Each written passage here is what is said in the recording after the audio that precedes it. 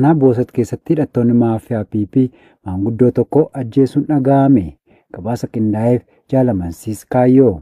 Godina Baashaggar aanaa Boosat keessatti gaafa amajjii 13 2026 waraanni maafiyaa PP maanguddoo ganna 70 ajjeesuu isaanii jiraattonni arraata biyyoolessa Oromiyaatti himan. Murni bilchiginnaa hidhattoota naamusaa fi sansaaqqaa hin qabne hoomaa waraana leenjisuun uummata Oromoo nagaa doorsisuu, ajjeesuu fi saamuu aadaa kan taasifate maqaa sakattaa waraana bilisummaa Oromoo jedhuun kan bubbaafaman ganda Qombee Gugsaa bakka addaa jedhamutti guyyaa irraa amajjii 13 2026 maanguddoo waggaa 70 kan ta'an maqaan isaanii obbo Shuraa Ambasee Boosat jedhaman mana jireenya isaaniitti dhaquun hidhattoonni gara jabummaan ajjeesanii gatanii deemuu isaanii jiraattonni naannichaa ijaan argan ONM'tti himaniiru.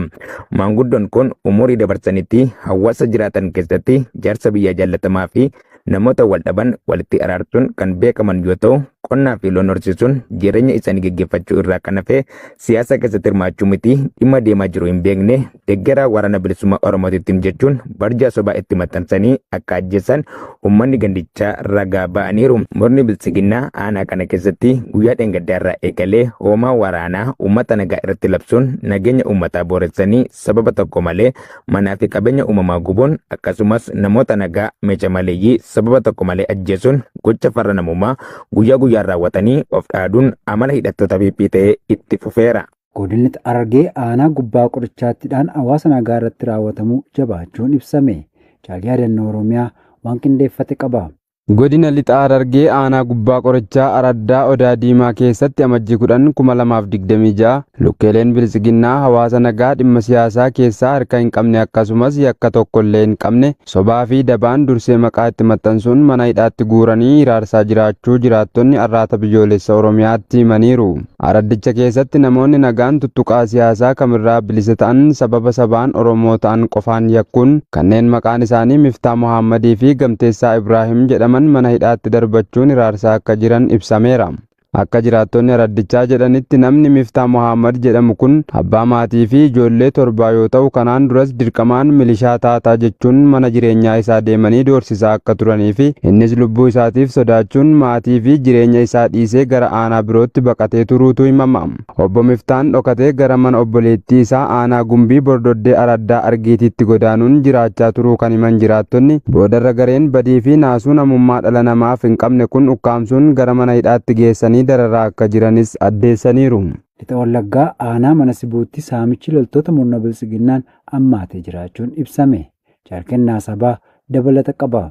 Godina Lixa Wallaggaa aanaa mana Sibuu ganda waamaa Toobbaraa bakka addaa laga Booqaa jedhamutti gaafa amajjii 9 2026 dardara umurii 14 kan maqaan isaa Abduu jedhamu abbaa kan hin qabne woboo waliin hariiroo qabda jechuun bilbila harkaa isaa irraa fudhachuun haadha isaa waliin qabanii erga jilbeenfachiisanii booda shaashii ija isaatti haguuganii rasaasaan rukutuuf wayita jedhanitti uummatni naannichaa itti iyyinaan dhiisanii mana hidhaatti erga darbatanii guyyaa 2 booda qarshii 8,000 maatii isaa harkaa fudhachuun gadi lakkisuu jiraattonni naannichaa arraata biyyoolessa Oromiyaatti himaniiru.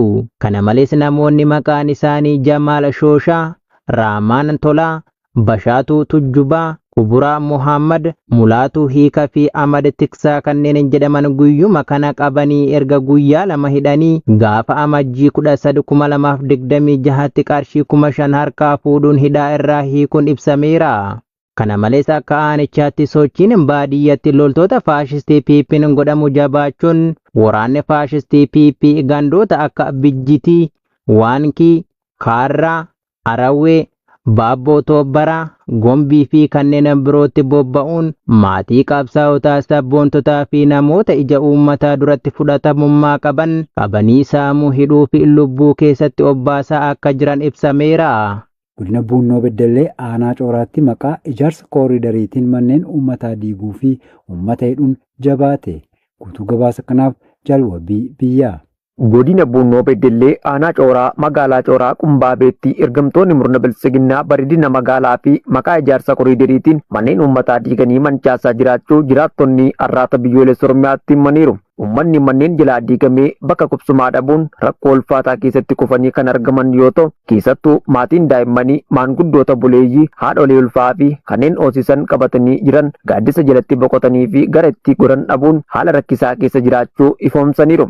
Ijoolleen isaanii barnoota akka addaan kutan kanneen maallaqa qaban mana kiraa keessa jiraachaa akka jiranii fi yeroo gabaabaa keessatti kiraa waan kaffalan dhabuun yaaddoo keessa jiran ibsataniiru. Kana malees jiraattonni magaalichaa hedduun mana keessan diigdanii misooma koriidariif qopheessuu diddan akkasumas maqaa farra misoomaa fi badhaadhinaatti jedhuun ukkaamsamanii yeroo dheeraaf waajjira poolisii magaalaa Aanichaatti hidhamanii hiraarfamni ulfaataan irratti gaggeeffamaa jiraachuus eeraniiru. Dhaabbanni mirga namoomaaf falmoo Amnesty International dhimmicha ilaalchisee Ebile 14 ibsa baaseen miidhaa piroojeektichi mirga namoomaa irraan gahu hanga qoratamutti warri buqqifaman hanga bakka qubsumaa argatanitti fi eeggannoon namoomaaf taasifamuu hanga hojiirra oolutti piroojeektichi akka dhaabbatu gaafatee ture. Dhaabbatichi ibsa kana kan baase qorannoo dhimmicha irratti gaggeessaa tureen sadaasa bara 2024 keessa namoonni 872 ta'an kutaa magaalaa Boolee fi Lammii Kuraa keessaa humnaan buqqifamuu hordofee yoo ta'u, murni bilisiginnaa garuu boquu jabaachuunii fi gabaasa Amnesty International tuffachuun magaalota Oromiyaa mara keessatti beenyaa fi iddoo qubsumaa tokko malee uummata buqqisee dararaa jiraachuun ni beekama. Walitti dhufeenyi dippiloomaasii Ameerikaa fi Iraan gidduutti addaan citeera jedhame. Dabalatasaaf jaalsabaafan waggaarii. Walitti dhufeenyi kallattiin qondaaltota olaanoo Ameerikaa fi Iraan gidduu jiru addaan citee akka jiru gabaasni mul'isuun waldhabdeen dabalaa dhufuu agarsiiseera. Walqunnamtiin ministeera dhimma alaa Iraan Abbaas Araghchii fi ergamaa addaa Ameerikaa Steve Witkoff gidduu ture. Addaan cituu isaa qondaalli olaanaa Iraan roobii kaleessaa dhaabbata oduu Rooyitersiif himan.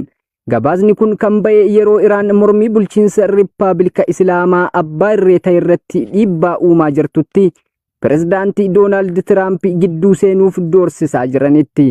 Teheraan yoo aleellaan irra ga'e buufata waraanaa Ameerikaa naannicha keessa jiru irratti haaloo akka baatu dhaadatteetti.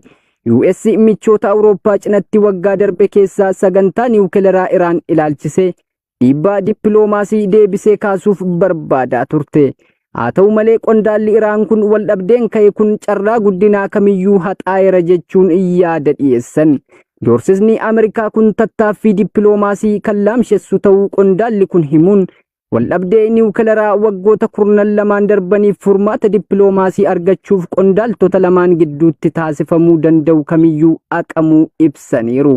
Akkasumas Teheraan michoota Ameerikaa naannicha keessa jiran Waashingitan akka Iraaniin hin aleelle ittisuuf gaafachuu ishee dubbateera jechuun Aljeeziraan gabaaseera. Godina lixa shaggar aanaa aadaa bargaatti waraanni faashistii PP dargaggoo tokko haala suukanneessaa ta'een reebicha ulfaataa irratti raawwachuun achi buutee dhabamsiisuun dhaga'ame. Jaalbilisee sabaa dabalata qabdi. Godina lixa shaggar aanaa aadaa bargaa ganda iluu soddolbeet gaafa amajjii 11/2026 waraanni faashistii PP dargaggoo maqaan isaa Shaabuu Abbabaa jedhamu miidiyaa hawaasaa irratti viidiyoo waraabaa reebicha ulfaataa irraan erga gahanii booda achi buutee isaa dhabamsiisanii jiraachuu jiraattonni himan. Waraanni faashistii PP sirna dhablummaa fi shiftummaa daangaa hin qabne uummata nagaa irratti raawwachuun kan beekamu dargaggoo tuttuqaa siyaasaa keessaa hin qabne miidiyaa hawaasaa irratti baasuun reebicha suukanneessaa ilma namaaf hin malle irratti raawwachaa namummaa irraa mulquun jibbiinsaa fi diinummaa saba Oromootiif qaban addunyaatti mul'isaa jiru jechuun jiraattonni yaada isaanii arraata biyyoolessa Oromiyaaf ibsaniiru. Sabni Oromoo qe'ee fi qabeenyaa isaa irratti sababa Oromummaa isaaf qofa lolli murna bilisiginnaan itti banamuun jumlaan ajjeefamaa, buqqifamaa fi hidhamaa kan jiru yoo ta'u, falli isaa Oromoon tokkummaan ka'ee murna badii kana ofirraa buqqisuun abbaa biyyummaa isaa mirkaneeffachuuf falmachuu qaba jechuun jiraattonni bakkeewwan garaagaraa irraa yaada isaanii nuuf qoodaniiru. Godina Bahaa Shaggar aanaa Boosat keessatti hidhattoonni maafiyaa PP horii uummataa qalanii nyaachuu mana gubuu fi hidhanii saamuu jabeessanii itti fufan. Yaadannoo Oromiyaa waan qindeeffate qaba. Godina Bahaa Shaggar aanaa Boosat gandoota garaagaraa keessatti gaafa amajjii 13/2026 hidhattoonni maafiyaa PP horii uummata nagaa dirqiin qalanii nyaachuu mana gubuu fi hidhanii saamuu jabeessanii itti fufanii jiraachuu jiraattonni arraata biyyoolessa Oromiyaatti himan.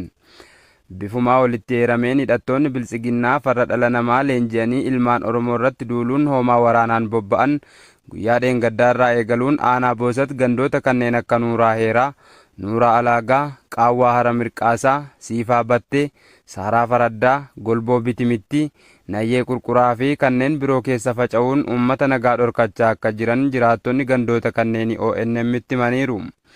Haaluma kanaan ganda Nuuraa Alaagaa bakka addaa dheeraa jedhamutti waaree booda re'ee uummataa dirqiin qalanii akka nyaatan eeruun ganda Siifaa Battee irraa immoo uummata nagaa qonnaan bultoota jireenya dhuunfaa isaanii jiraatan deeggartoota waraana bilisummaa Oromooti jedhanii barjaa sobaatti maxxansuun mana namoota 3 kan obbo Mustafaa Aammee fi kanneen biroo 2 bakka addaa Batteetti mana isaanii qabeenya waliin gubuun namoota nagaa ilmaan Oromoo ijaan argan gandicha keessa naanna'uun doorsisaa fi reebicha irratti raawwachaa akka turan jiraattonni naannichaa dubbatu. Dabalataan immoo ganda Gugsaa Qombee keessatti hidhattoonni biltsiginnaa waggoota darban qawwee uummatarraa fuudhuun amma immoo deebisanii maallaqa ittiin qawwee binnu kennaa ittiin jechuun qonnaan bultoota nagaa hidhanii saamaa akka jiran odeessi qabatamaa arganne kan mirkaneessu yoo ta'u, namoota hidhamanii maallaqa qawwee bitu gaafataman keessaa muraasni maqaa arganne obbo Guutamaa Badhiisuu, obbo Shuumii Jimaa, obbo Guddataa Baqqalaa, obbo Abarraa Gadaa fi obbo Taaddasaa Bilxii kanneen jedhaman sababa tokko malee jala deemtonni PP mana isaanii irraa qabanii deeggartoota waraana bilisummaa Oromootittiin jechuun magaalaa Bofaatti hidhanii dararaa jiraachuu keessa beektonni ifoomsaniiru.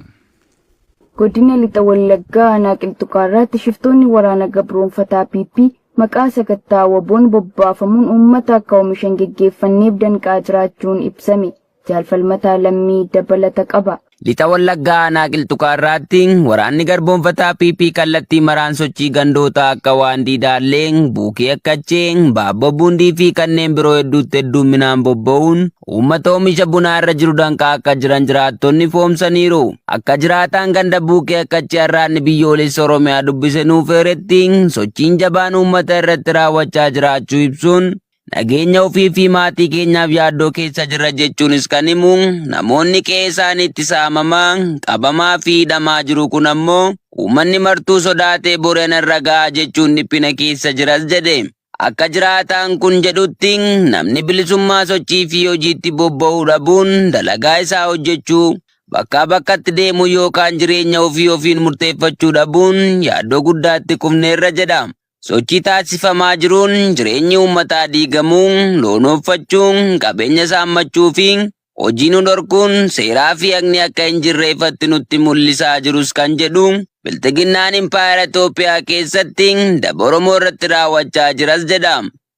Baha Wallaggaa aanaa Haroo Limmuutti haati ilmaan 8 tokko sababa kaffaltii inshuraansii fayyaa gaafatamtee kaffaluu dadhabde qofaaf loltoota faashistii PP'n reebamtee hidhamuun dhaga'ame. Jaaleeraan gameessaa waan qindeeffatte qabdi. Amajjii 9/2026 godina Baha Wallaggaa aanaa Haroo Limmuu ganda Shonkoora jedhamutti haadha maqaan ishee aadde Saafiyaa Abdurramaan jedhamtu ganna 45 kan taatee fi haadha ijoollee 8 waraanni biltiginnaa qarshii gaafachuun oggaa ishee waan kaffaltu dhabdu reebicha jabaa irraan gahuun gara waajjira poolisii aanichaatti geessuun hidhanii hiraarsaa jiraachuun ibsameera. Akka onichaatti uummanni kaffaltii alseerawaa ta'e baatii baatiin gaafatamuun yeroo itti waan kaffalu dhabu ammoo loltoota Abiy Ahimediin reebamaa, hidhamaa fi ajjeefamaa jiraachuun ibsameera. Kana malees ilaalcha sanyummaa uummata aanichaatti jabaachuun namnuu bahee galuu danqamee guyyuu haala hammaataa keessa jiraachuu jiraattonni himatu. Leellaa Ameerikaan Iraan irratti raawwachuuf kaatiin wal qabate of eeggannoo olaanaa irra jiraachuun dubbatame. Jaalboree addunyaa dabalata qaba. Israa'el waan qondaaltonnii fi xiinxaltoonni aleellaa Ameerikaan Iraan irratti raawwattu guddachaa dhufeera jedhanii ibsan itti dhiyeenyaan hordofuun madaalliin Teel Aviv keessatti taasifamu yoo Waashingitan tarkaanfii fudhachuu dandeessu irraa gara yoomiitti ce'ee jira. Qondaaltonni Israa'el Ameerikaan aleellaa kamiyyuu dursitee Israa'el beeksitee aleellaa dachee Israa'el irratti raawwachuu dabalate haaloo ba'uu Iraan ta'uu danda'uuf akka ayyamamuuf ni amanu. Of eeggannoof Israa'el humna waraanaa ishee hunda keessatti keessumaa humna qilleensaa fi sirna ittisa qilleensaa keessatti sadarkaa akeekkachiisaa ol kaasteetti. Raadiyoo waraanaa Israa'el irraa riippoorterri waraanaa Dooroon Kaadosh akka jedhanitti qondaaltonni olaanoo amma aleellaa Ameerikaa akka waan hin oolletti ilaalu. Madaalliin Israa'el keessatti taasifamaa jiru Ameerikaan Iraan yoo aleelte hoogganaan olaanaa Ali Kaaminiin bakka Ameerikaa baha giddu galeessaa fi Israa'el irratti aleellaa akka raawwatamu ajaja jedhan. Xiinxaltoonni Israa'el akka jedhanitti qindoominni ajaja giddu galeessaa Ameerikaa waliin jiru cimee hordoffiin basaasaa itti fufinsa qabu Iraanii fi michoota ishee naannoo irratti xiyyeeffate. Deebiin Iraan kennuu dandeessu Libaanos keessatti Hezbollah, Yemen keessatti Huutii yookiis aleellaa Siiriyaa fi Iraaq irraa dhufu hojii saayibarii fi aleellaa bakka biyya alaa irratti raawwatamu cinatti ta'uu danda'a. Kanuma waliin qondaaltonni Israa'el Waashingitan karoora ishee akka hin xumurre